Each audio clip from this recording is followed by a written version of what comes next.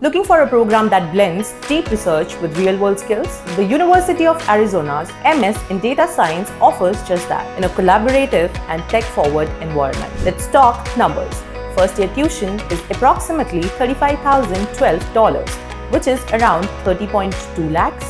Per credit cost comes to $1,750 or about 1.51 lakhs. Don't forget to factor in living expenses, that is $16,800, and miscellaneous costs, $2,500, while planning your budget for Tucson, Arizona. To apply, you will need a bachelor's degree in computer science, engineering, mathematics, statistics, or a related field. A strong foundation in programming, math, and statistics is essential. Talking about English proficiency requirements, TOEFL IBT requires 79 percentile, IELTS 7.0 bands, and PTE is 60 percentile. Application fee is $90, that is somewhere around 7,800 rupees. And yes, no GRE is required. This is a STEM designated 18-month full-time program with 30 credit hours. The curriculum features machine learning, Bayesian modeling, data visualization, statistical computing.